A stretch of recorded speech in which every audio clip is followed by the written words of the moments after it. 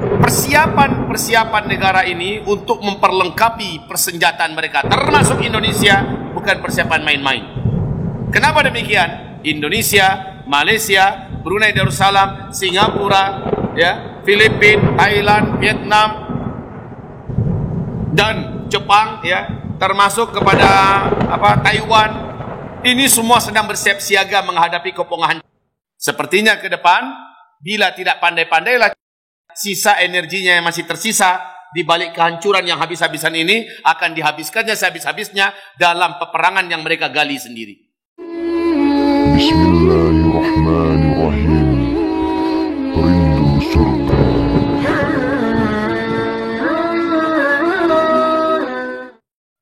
Tahun ini diawali dengan negara-negara besar di dunia saat ini serentak mengalami bencana-bencana alam yang sangat besar.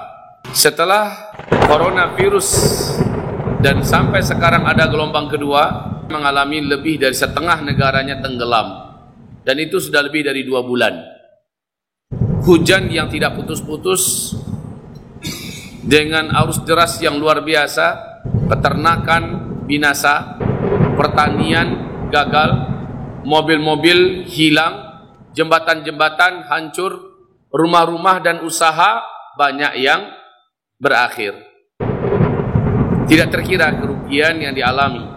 Maka dilihat kepada negara sebelahnya, 2-3 hari ini nyusul mengalami banjir yang tidak kalah hebatnya. Kota-kota mulai banyak yang ikut-ikutan tenggelam. Di sebelah yang lain, bagian barat adalah India juga mengalami banjir yang dahsyat. Kemarin dan hari ini mengalami banjir yang juga lumayan besar. Ada jutaan mobil hilang oleh banjir yang besar. Di Arab Saudi, bahkan Madinatul Munawwarah, negeri-negeri ini mengalami banjir yang hebat. Berlanjut sampai kepada Asia Tengah. Asia Tengah dan Bangladesh, Vietnam juga banjir hebat, Jepang juga banjir hebat. Untuk Indonesia sebelah timur yang mulai mengalami banjir-banjir besar, juga mengalami banjir yang hebat. Banjir-banjir yang hebat. Hebatnya, di beberapa negara bagian,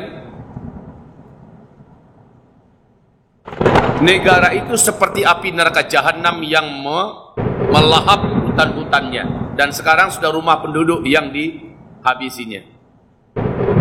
Hasbunallah, ni'mal wakil, ni'mal maula, wa ni'mal nasir. 12 negara penghasil biji-bijian terbesar di dunia yang selama ini mampu memasok dan menanggung biji-bijian dunia, 12 negara ini gagal panen. Maka dalam waktu hanya hitungan bulan ke depan, kita seluruhnya secara global akan mengalami kelangkaan pakan. Makanan akan sulit didapat. Jangan berharap kepada impor, karena yang mau diimpor dari luar negeri itu tidak ada. Cina bahkan mungkin hitungan 1-2 bulan ke depan sudah akan terjadi kelaparan yang sangat mengerikan, karena negara terbesar yang mengimpor biji-bijian di dunia ini adalah Cina. Sementara Cina pertaniannya terhitung gagal 2 kali dalam 1 tahun ini. Maka tidak ada yang bisa diharapkan oleh Cina mendatangkan mengimpor balik. Nah, ada negara yang mau naik ekspor biji-bijiannya karena mereka juga butuh untuk negara mereka masing-masing.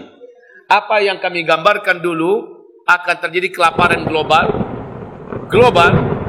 Kalau kita berharap Indonesia bisa bertahan, mudah-mudahan saja. Tapi maaf, mungkin untuk Sumatera ya, karena Sumatera masih terjaga sawah-sawahnya. Namun sayang, banyak lahannya sudah jadi sawit. Banyak lahannya sudah menjadi sawit, jadi karet. Sementara padi, sawah untuk dijadikan sebagai lahan jadikan sawah di Sumatera sudah mulai semakin sedikit, digantikan oleh sawit atau kok dijadikan bangunan-bangunan. Jawa jangan diharapkan. 78% lahan yang ada di Jawa itu sudah milik asing. Ya, sudah menjadi milik mereka. Dan itu pun dibangun, bukan ditanam. Maka Jawa akan mengalami krisis yang cukup berat ke depan, sehingga Presiden Jokowi mengamanahkan kepada Prabowo, amankan ke depan. Dia yang bertanggung jawab tentang masalah kesiapan pakan dan pangan yang ada di Indonesia. Banjir dan bencana alam terus. Banjir, gempa, bencana alam demi bencana alam. Entah kapan mereka akan bisa bercocok tanam dengan baik. Allahu a'lam. Intinya, mungkin apa yang disampaikan, kekhawatiran yang disampaikan oleh para pakar dan ahli di Indonesia tentang beberapa bulan ke depan untuk Indonesia, kalau tidak bersiap-siap dari sekarang menggarap dan memanfaatkan sebaik-baiknya lahan tanah yang ada, maka kita akan mengikuti tren krisis yang ada di dunia ke depan. Ibadah Allah yang kami muliakan, 1442 Hijriah diawali dengan berbagai macam bencana. Bagaimana kira-kira akhir daripada 2020 ini? Para pakar dan ahli bumi di dalam dan luar negeri kita mengatakan akhir atau ending 2020 adalah ditambah dengan negara-negara sedang mempersiapkan persenjataan mereka, alutsista mereka untuk menghadapi perang yang mungkin sulit untuk dihindarkan. Ketika RRT dengan gagahnya mengatakan 85% lautan yang ada di LCS adalah milik kami, kata mereka. Sementara di situ ada laut Vietnam, di situ ada laut Jepang, di situ ada laut Filipina, di situ ada laut Thailand, di situ ada laut Malaysia, Brunei, dan bahkan Indonesia. Makanya tahun 2020 ini pemerintah Republik Indonesia memunculkan atlas baru, di mana untuk laut LCS bagian yang ke Indonesia tidak LCS disebut oleh atlas kita, tapi disebut dengan Laut Natuna Utara, ya, supaya memastikan bahwa ini adalah teritorial daerah Republik Indonesia yang punya. Sementara hamba-hamba Allah yang kami muliakan, persiapan negara ini untuk memperlengkapi persenjataan mereka, termasuk Indonesia, bukan persiapan main-main. Kenapa demikian? Indonesia, Malaysia, Brunei Darussalam, Singapura, ya, Filipina, Thailand, Vietnam, dan Jepang, ya, termasuk kepada Taiwan. Ini semua sedang bersiap siaga menghadapi kepungahan. Sepertinya ke depan, bila tidak pandai-pandailah, sisa energinya yang masih tersisa di balik kehancuran yang habis-habisan ini akan dihabiskannya sehabis-habisnya dalam peperangan yang mereka gali sendiri. Amerika, Australia, Inggris, Perancis, Jerman sepakat untuk membackup Laut Cina Selatan agar tidak menjadi milik Cina yang diklaim oleh Cina. Panas pasaran, Pak. 3 kapal induk didatangkan dari Amerika Serikat. Kapal induk dari India juga didatangkan. Inggris mendatangkan pula. Kemudian Perancis mendatangkan pula. Sepakat mereka semua siap menghadapi. Sementara di sebelah barat mereka sedang berhadapan-hadapan dengan India, dan sekarang balik panas lagi. Kemarin sudah hampir akur sedikit, tapi sekarang balik panas lagi. Jenderal-jenderal di India mengatakan perang, tidak ada solusi yang lain dengan ya, karena melanggar beberapa kesepakatan yang kemarin mereka mintakan. Kaum muslimin yang kami muliakan, perang. Di Afrika, raja militer untuk Afrika adalah Mesir. Mesir juga mempersiapkan persenjataannya, tank bajanya, seluruh alutsistanya terbaik dan terlengkap dipersiapkan untuk mengganyang Turki. Siap perang Mesir dengan Turki. Yunani juga siap perang melawan Turki. Hebat betul, Pak. Perancis gabung dengan Yunani, Amerika gabung dengan Yunani, Turki heboh dengan NATO. Kaum muslimin yang kami muliakan, Rusia mengambil keuntungan di balik semua ini, dan Iran Oktober besok sudah mempersiapkan semua persenjataan super canggih untuk menunjukkan taring dan eksistensinya. Kaum muslimin yang kami muliakan, ke depan panas, kaum muslimin, panas sekali. Hamba-hamba Allah yang kami muliakan, apa dampaknya dengan kita Indonesia? Dampaknya adalah hadis akhir zaman. Apa hadis akhir zaman tentang ini bagi kita semua? Bahwa setiap kita hendaknya menjadikan lahan yang ada di tanah air kita masing-masing di perkebunan kita masing-masing, di tanah kita masing-masing. Garap lahan itu, jadikan sebagai sumber makanan utama kita. Terserah mau tanam padi, terserah mau tanam ubi, terserah mau tanam jagung, terserah mau tanam apa yang bisa dijadikan andalan makanan buat keluarga. Minimal begitu Pak cara pikirnya. Apa andalan makanan saya untuk keluarga? Sebab mencari pasokan makanan ke depan mungkin kita agak kewalahan dan sulit. Kalaupun ada, harganya mahal. Sehingga Nabi mengatakan di akhir zaman, uang yang banyak tidak akan dapat membeli makanan saking mahalnya harga makanan-makanan pokok ke depan. Orang-orang yang bergaji tinggi, mereka tetap saja kekurangan untuk dapat mendapatkan makanan utama mereka. Pada masa itu kata Rasulullah, tetangga akan brutal. Karena perutnya lapar, dia akan bunuh tetangganya demi sepotong roti yang ada di tangan tetangga. Pada masa itu kata Rasulullah, kelaparan terjadi di mana-mana, kematian. Lalu Rasulullah bersabda sampai pada tingkat orang-orang yang sangat kuat imannya lewat dekat kuburan, lalu dia berharap kalau dialah penghuni kuburan itu, saking beratnya hidup di atas tanah. Bila memang ini semua wujud, perang besar terjadi di berbagai belahan dunia, sebagaimana digadang-gadang adalah gerbang perang dunia ketiga. Allahu a'lam, semoga tidak terjadi. Kemudian bencana akan sempurna, apalagi September besok Pak. Menurut para pakar dan ahli di Cina, September besok akan terjadi gelombang ke-6 tsunami, banjir terbesar di. Sekarang batas limit terakhir daripada bendungan, termasuk bendungan terbesar di dunia, yaitu yang ada di, namanya bendungan Tiga Ngarai. Ini sekarang dari batas limit terakhir itu Pak sudah berlebih 16,5 meter. Padahal ini limit terakhir ini, nggak boleh lebih dari itu. Sekarang sudah 16,5 meter, sehingga wajib dibuka pintu-pintunya. Dengan dibuka, banyak kota-kota yang tenggelam. Dan September akan terjadi banjir yang lebih dahsyat lagi. Sekarang wahai hamba-hamba Allah, di Asia Tengah, Asia Tenggara, di Timur Tengah, di Afrika, bahkan di Eropa, banyak banjir terjadi di mana-mana. Dan ini memusnahkan pertanian, mematikan peternakan, dan ini ke depan akan menjadikan kelangkaan pakan di mana-mana terjadi. Orang akan berebutan makanan, walaupun dengan menggunakan senjata dan berbunuh-bunuhan. Sakit memang telinga kita dengar ini. Sakit, saya sendiri tidak mau menyampaikan ini. Lagi pula apa untungnya bagi saya menyampaikan ini? Toh saya akan makin dibenci oleh orang. Ustaz ini nakut-nakutin orang aja kerjanya. Ketika saya menyampaikan ini sudah disampaikan oleh Rasulullah SAW lebih 14 abad yang lalu. Tujuan saya adalah lebih punya lahan awak garap. Apa susahnya garap lahan itu? Sawit ke sawit. Kalau baiknya afkir sawit kita, jadikanlah sawit itu sebagai sawah kita. Apa ruginya jadikan sebagai sawah? Sekarang produksi berhenti. Kenapa berhenti? Tidak ada negara-negara di muka bumi ini yang masih mau menerima. Karena sakit hati, dendam kepada yang telah menyembunyikan tentang COVID-19, berawal dari sana, lalu menyebar ke seluruh dunia dan membangkrutkan hampir seluruh dunia. Jadi sakit hati dunia, minta dan menagih kepada. Tidak ada lagi yang mau menerima barang-barang dari sana.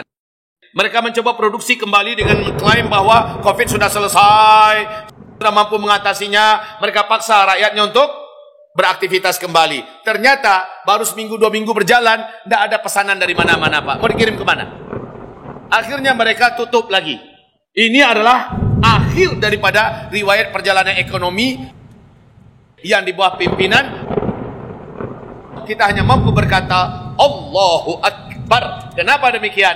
Oktober 2019 dengan pongah dan sombong mengatakan tidak ada yang mampu mengguncang. Tidak ada kekuatan apapun yang mampu mengguncang. Begitu sombongnya dia. Allah hancurkan dia, lalu lantakkan dia. Alam semua yang Allah persilahkan bergerak. Belum lagi manusia Pak. Kalau jadi mereka perang besok ini, tak tahulah macam mana akhir kesudahan daripada. Kalau jadi mereka perang, Amerika dilawan, negeri-negeri di Asia Tenggara menjadi musuh mereka. Ditambah lagi dengan India, negara yang sama jahatnya kepada Islam. Ya, negara yang berjanji di bulan Februari, kalau orang-orang Muslim di India, yang hampir jumlahnya 200 juta orang, tidak keluar dari India, maka kami akan punya cara untuk menghabiskan Muslim yang ada di India. Karena tidak boleh punya kewarganegaraan India. Belum jadi niat mereka wujudkan di Maret, Allah masukkan COVID, Allah masukkan berbagai macam bencana. Sekarang mereka sudah kalang kabut dan mereka diambang perang sesama yang jahatnya kepada Islam dan kaum muslimin. Allahu Akbar. Kaum muslimin yang kami muliakan, persiapan kita adalah wasta'inu bis sabri was salah. Di akhir zaman ini bukan persiapan kita persiapan senjata. Umat Islam mendapat senjata dari mana? Jadi bukan itu persiapan kita. Siapkan senjata. Mau persiapan senjata dari mana? Yang mungkin punya senjata saat ini orang Islam Turki. Uni Emirat Arab baru-baru ini menyatakan perdamaian dengan Israel. Sakit hati kita Pak melihatnya.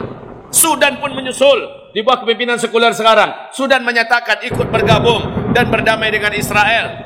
Luar biasa. Maka Turki bersumpah akan bebaskan Palestina dan mulai membackup dan mempersenjatai.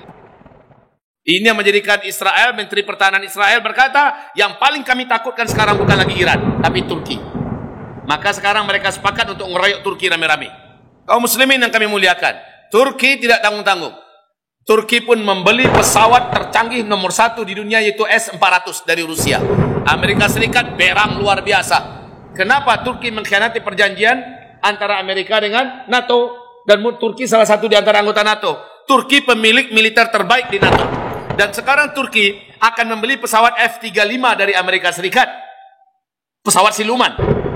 Ternyata pesawat siluman ini mampu ditaklukkan dengan mudah oleh pesawat terbaru ciptaan Rusia, S-400, di mana kecepatannya melebihi kecepatan suara. Ya, lebih tidak terdeteksi lagi dibandingkan dengan F-35. Dan ini menjadikan Amerika marah-marah kepada Turki. Jangan beli. Turki nggak peduli. Bukan urusan kamu. Saya mau beli suka hati saya lah, pakai duit saya. Saya nggak pinjam pada kamu. Masalahnya kamu sudah kontrak janji akan beli pesawat F-35 saya. Saya tak beli, kata Turki. Oh nggak jadi, kata Amerika Serikat. Ya udah nanti. Nah ini orang jual, dia punya lebih rancak pada goleh daripada punya tu, sampai F-35 tu. Makan dia F-35 dia tu. Saya udah punya S-400. Dan Amerika Serikat akhirnya merayu-rayu Turki. Jualah pada kami S-400 kalian tu. Karena Rusia nggak mau jual pada Amerika. Amerika sangat mudah mengcopy paste teknologi S-400. Maka Amerika berusaha mendapatkan. Rusia buat perjanjian pada Turki. Kalau saya jual pada kamu, hai Turki, kamu nggak boleh jatuhkan ini ke tangan siapapun saja. Kamu nggak boleh jual ini ke tangan siapa, apalagi pada Amerika. Turki sepakat. Makanya sakit hati Amerika, Pak. Nah jadi galehnya laku doh. Yang malah yang dibeli oleh Turki adalah yang mengatasi kemampuan F-35-nya. Bukan kaum muslimin, saya hanya yang menyebutkan betapa urutan kajian Nabi akhir zaman itu sekarang di depan mata kita terjadi. Makanya ketika kami berhadap-hadapan dulu selama 2 bulan full, dari subuh sampai jam 10 malam bersama guru kami Syekh Musa'id bin Bashir Ali Al-Husaini As-Sudani. Beliau adalah salah satu di antara ulama ahli hadis terbesar di dunia.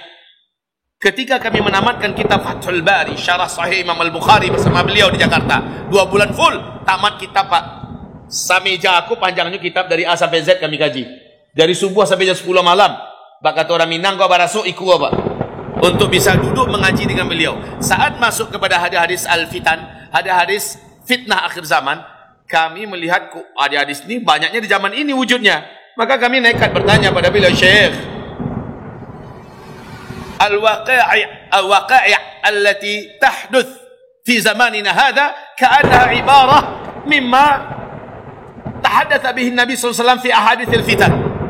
Fahal ahadithul fitan hadhi ta'ni biha hadha zaman atau hunaka zamanun akhar?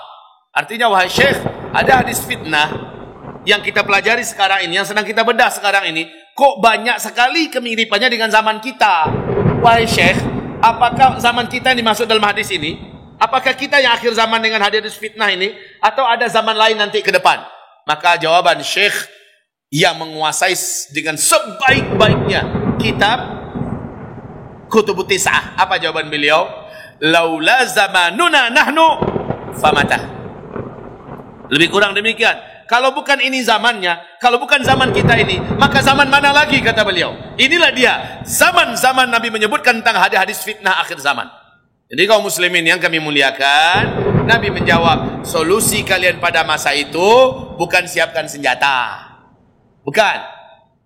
Kita nang hadong fulus, Pak. Nang hadong hepeng. Senjata itu bisa jadi balinya. Kamambue awak dak pandai membuat dah. Wak dia sudahlah.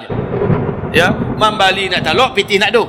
Kamambue ndak ada teknologi wak do, nak ada ilmu kita. Ya, dan kita dilarang pakai senjata.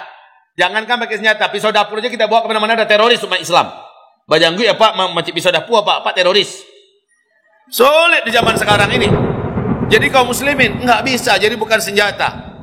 Wahai hamba-hamba Allah yang kami muliakan, lalu apa senjata kamu pada masa itu? Rasulullah menjawab, as-sabru wal yaqinu. Pada masa itu andalan kalian hanyalah sabar dan yakin. Tidak ada lagi. Sabar dan yakin. Kamu harus sabar. Kalau awak saat ini dizalimi orang, sabar saja dulu. Memang kita akui Pak, kita dizalimi. Dalam segala hal kita dizalimi. Dalam masalah tanah air, dalam masalah ekonomi, dalam masalah politik, dalam masalah pendidikan, dalam masalah kesehatan, dalam masalah sosial, dalam masalah media, dalam masalah apa saja kita saat ini dizalimi. Jadi kalau begitu kamu ngapa? Melawan awak? Tidak. Bukan itu perintah Allah dalam Al-Quran surah Al-Maidah. Perintah Allah adalah Alam tara ila alladhina qila lahum kuffu aydiyakum كفوا أيديكم عن القتال وأقيموا الصلاة وآتوا الزكاة. Tidakkah engkau lihat kepada orang-orang yang semangat minta perang? Katakan pada mereka, kufu aydiyakum, tahan. Tahan. Jangan perang. Waqimus shalah, tetap burulah solat berjamaah di masjid. Istiqomahlah solat berjamaah di masjid. Kerjakan 5 waktu berjamaah di masjid. Pastikan kamu dapat takbiratul ihram bersama imam. Pastikan kalau dapat kamu sudah tahiyatul masjid, kamu sudah bisa mendengarkan azan di masjid, kamu bisa solat sunat qabliyah, ya, solat sunat rawatib qabliyah. Pastikan kamu bisa berdoa antara azan dengan qamat, dan kamu takbiratul ihram bersama imam. Setelah itu pastikan kamu sempurnakan zikir. Solat sunat ba'diyah, yaitu rawatib ba'diyah. Setelah itu berdoalah kepada Allah. Itu senjata kamu di akhir zaman. Bismillahirrahmanirrahim. Rindu surga.